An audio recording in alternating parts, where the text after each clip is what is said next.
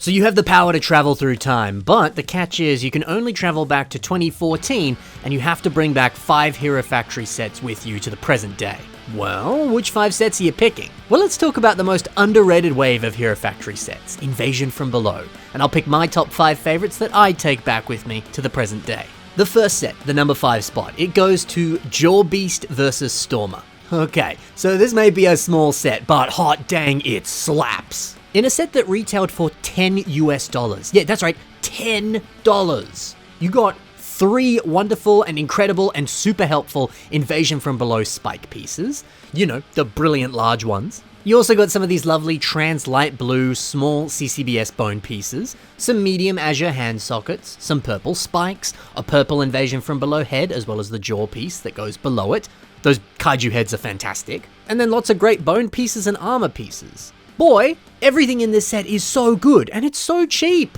A parts pack like this is to die for. And also, I think a set like this is super clever for LEGO to make. Invasion from Below, you know, it changed things up a bit. Every other wave gave us larger figures to build, but now we got minifigure heroes in mech suits fighting monsters. It's understandable that fans might have been, I don't know, a bit unsure about this wave. Is this still something that I want? Is this the Hero Factory I know and love? Fans might say. Well, buying a cheap and affordable set like this, it was enough to introduce you to the concept, you know, show you some incredible new pieces, and softly, gently show you that, hey, this is a brilliant wave of Hero Factory and it is worth loving. I think that's a great idea for a set.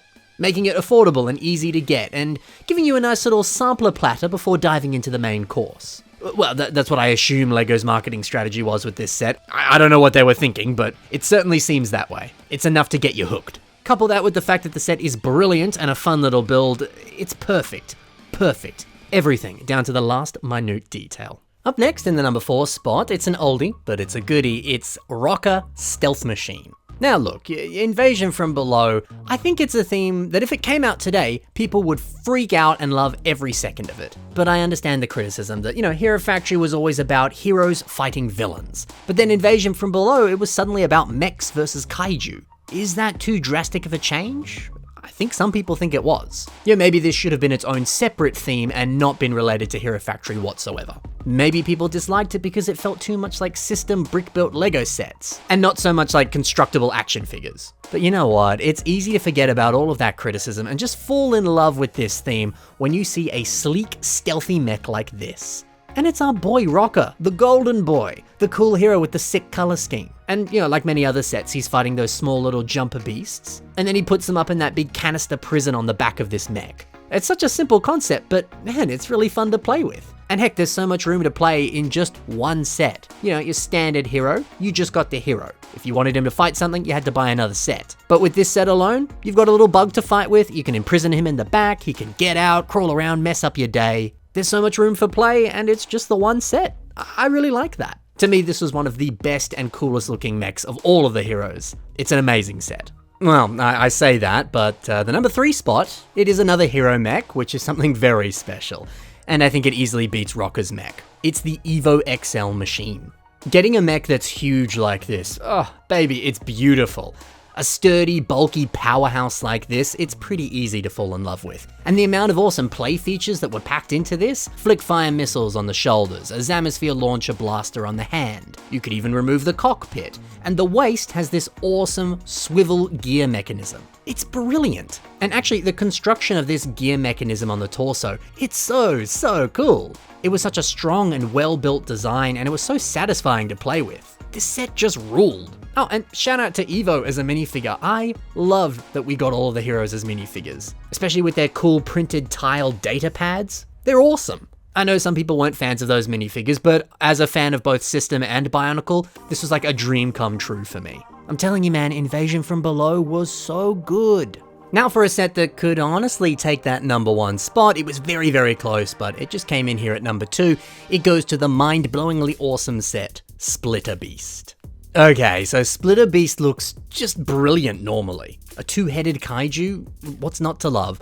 Orange and azure, a brilliant color scheme. Oh, and he uses a street lamp as a weapon. I mean, come on, man, that's perfection. But then it turns out the other head is secretly a secondary figure, as a little tiny dude that's riding on the back. That blew my mind when I first saw it. That's such a good idea. It's so Pacific Rim, it's brilliant. I played with this thing for ages. I adored the concept of there being two beasts in the one set that can link up or separate. So cool. And the jumper, the little tiny bug, which of course has the ability, if you push down its butt, you can launch it at the heroes. Always a joy to get more of them. But you also get Furno and Evo, and they come with all sorts of fun weapons. As you can see here, they're playing tug of war as they get ready to, trip the beast over with this big chain. But yeah, the amount of play that you can get out of this set, just from two minifigures, the little jumper, and a beast that splits in two, just unbelievably perfect. I really need to go and find the pieces for this set in my collection and rebuild this, because honestly, it's one of the best sets from all of Hero Factory. Such a good concept.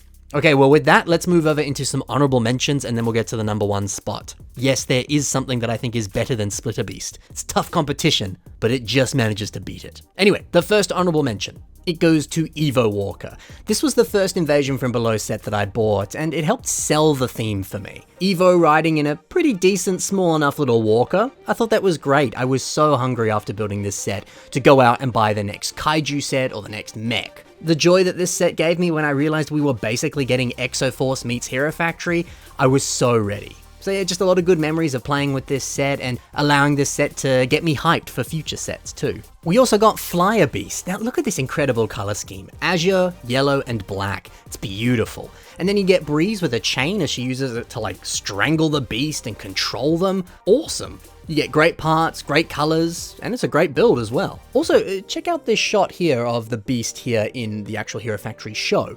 Look at how the animators added texture to that yellow CCBS armor there. Can you imagine if it actually came printed like that? Shells that look like that would be so good to actually own. Although I doubt they could get like 360-degree printing across the entire piece, but even if just the top had that kind of printing on it, that'd be awesome. Tunneler Beast versus Surge is next.